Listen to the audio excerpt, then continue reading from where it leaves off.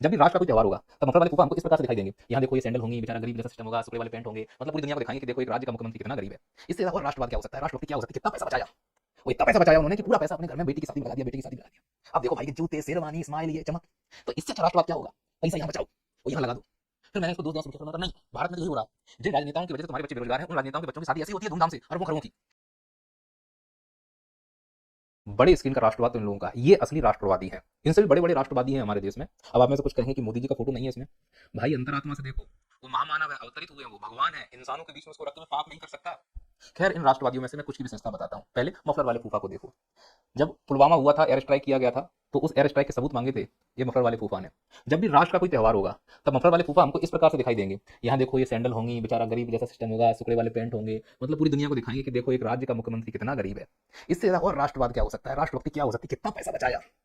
वो इतना पैसा बचाया उन्होंने कि पूरा पैसा अपने घर में बेटी की शादी में लगा दिया, बेटे की शादी में लगा दिया। अब देखो भाई के जूते, शेरवानी, स्माइल, ये चमक, तो इससे अच्छा राष्ट्रवाद क्या होगा। पैसा यहाँ बचाओ, वो यहाँ लगा दो। फिर मैंने इसको दोष देना शुरू किया। फिर मैंने कहा नहीं, भारत में तो यही हो रहा है। जिन राजनेताओं की वजह से तुम्हारे बच्चे बेरोजगार हैं, उन राजनेताओं के बच्चों की शादी ऐसी होती है धूमधाम से, अरबों खरबों की। ये है असली राष्ट्रवाद। इन नेताओं की लड़कों की शादी जो धूमधाम से हो रही है, ये उन्हीं पैसों से हो रही है जिन पैसों से तुम्हारे बच्चों को रोजगार देने का वादा किया गया था। ये है असली राष्ट्रवाद, और हम अफीम काट कर बैठे हैं राष्ट्रवादी को लेकर। खैर अभी हमने बात की है तृतीय श्रेणी के राष्ट्रवादियों के बारे में, अब हम बात करेंगे द्वितीय श्रेणी के राष्ट्रवादियों के बारे में। ये द्वितीय श्रेणी की राष्ट्रवादी वाली पार्टी है, ये उनके ऑफिशियल प्रवक्ता है। जब भारत और पाकिस्तान की लड़ाई हुई, ऑपरेशन सिंदूर चल रहा था, तो उसमें पाकिस्तान को कई देशों ने मदद की, उसमें टर्की भी शामिल था। टर्की ने पाकिस्तान को ड्रोन दिए। तो एक पत्रकार ने प्रेस कॉन्फ्रेंस में ये पूछा कि टर्की को लेकर आपका क्या स्टैंड है। तो दिन भर फाय फाय करने वाले ये प्रवक्ता जवाब नहीं दे पाए और एक दूसरे को माइक पास कर रहे थे। वीडियो देखिए। Thank you sir Turkey boycott, Turkey के बाइकाट पे सर अरे इनसे इतना कहना चाह रहा हूं मैं, तुमको यही तो कहना था कि टर्की ने जो मदद की वो गलत है। इससे विदेश नीति का भी उल्लंघन नहीं होता। और तुम तो विपक्ष में बैठे हो, तुम्हें विदेश नीति क्या चिंता, जो पक्ष में बैठा है उसे चिंता नहीं है। लुल्ली बजी हुई है विदेश नीति की। कहीं ऐसा तो नहीं कि तुमने इसलिए कुछ नहीं बोला कि टर्की के इस्तांबुल के आसपास कहीं कथित तौर पर ऑफिस ऑफिस खोल लिया हो, थोड़े बहुत संबंध बना लिए हो। यह खबरें भी चल रही हैं। खैर चूंकि राष्ट्रवादी हो तुम लोग, और राष्ट्रवादी हो द्वितीय श्रेणी के, तो इतना तो तुम्हारे ऊपर जनता है। खैर ये तो छोटे मोटे राष्ट्रवादी हैं। हम बात करते हैं प्रथम श्रेणी के राष्ट्रवादियों की, मतलब कतई हद है इनकी। आइए मिलते हैं प्रथम श्रेणी के राष्ट्रवादियों से। तो प्रथम श्रेणी के राष्ट्रवादी में ये 32 दांत चमकते हुए दिख रहे हैं, ये है मध्य प्रदेश में बीजेपी के मंत्री। ये इतने कट्टर राष्ट्रवादी हैं कि इन्होंने कर्नल सोफिया कुरैशी को आतंकवादियों की बहन बोल दिया। अब मैं बस इतना कहना चाह रहा हूं कि यदि सबूत मांगना राष्ट्रद्रोह है, यदि टर्की के लिए जवाब ना देना राष्ट्रद्रोह है, तो फिर हमारे एक शेरनी को आतंकवादियों की बहन बोलना, वो भी भारतीय सेना की एक महिला को, क्या यह राष्ट्रद्रोह नहीं होगा? क्या इसके ऊपर राष्ट्रद्रोह का मुकदमा नहीं चलना चाहिए? कितना मनोबल गिरा होगा हमारी सेना का। पूरी तरह से आर्टिकल 14 का उल्लंघन है। इसकी जो भाषा है वो आप खुद सुनिए, फिर आपको समझ में आएगा कि इसको मंत्री बनाया किसने और यह मानसिक रूप से कितना बीमार है। अति राष्ट्रवाद का इसको डोज हो गया ओवर, तो इसको लग गए हैं दिमागी दस्त।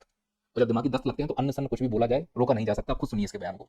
जिन्होंने हमारी बेटियों के सिंदूर उजाले थे, वही कथोपकथन लोगों को हमने उनकी बहन भेज करके उनकी ऐसी खुशी कराई। अब इन बयानों को आप कैसे समर्थन देंगे?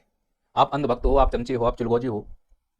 यदि आप सच में अपने राष्ट्र और देश और सेना से प्रेम करते हैं, तो ऐसे लोगों को सबक सिखाने की जवाबदारी भी हमारे ऊपर है। भले ही एक संवैधानिक पद पर बैठा हुआ है, लेकिन इसकी हरकतें इतनी ओछी और गटर छाप हैं कि इसका सम्मान करने का बिल्कुल भी मन नहीं है। लेकिन दुर्भाग्य है इस देश की प्रथम श्रेणी के राष्ट्रवादियों को कि ऑपरेशन सिंदूर हो गया। ऑपरेशन सिंदूर के 3 दिन के बाद तिरंगा यात्रा निकाल रहे हैं।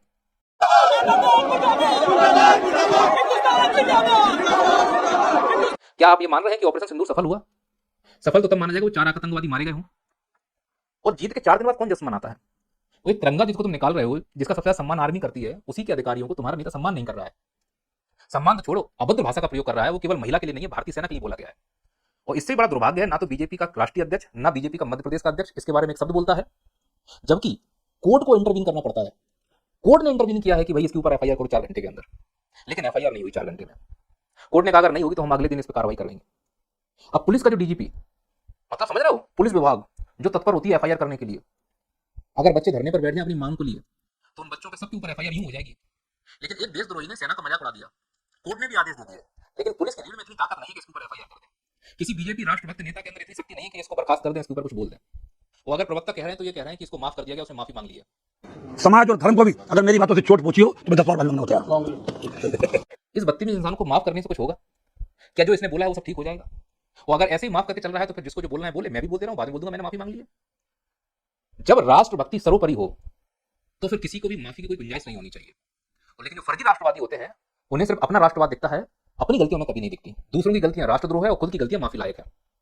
मुझे ऐसा लग रहा है कि जिस स्तर पर अब भारत में घटिया राजनीति हो रही है, वो घटिया राजनीति निश्चित तौर पर भारत को गलत दिशा में ले जा रही है और हम सब एक आभासी दुनिया में जी रहे हैं।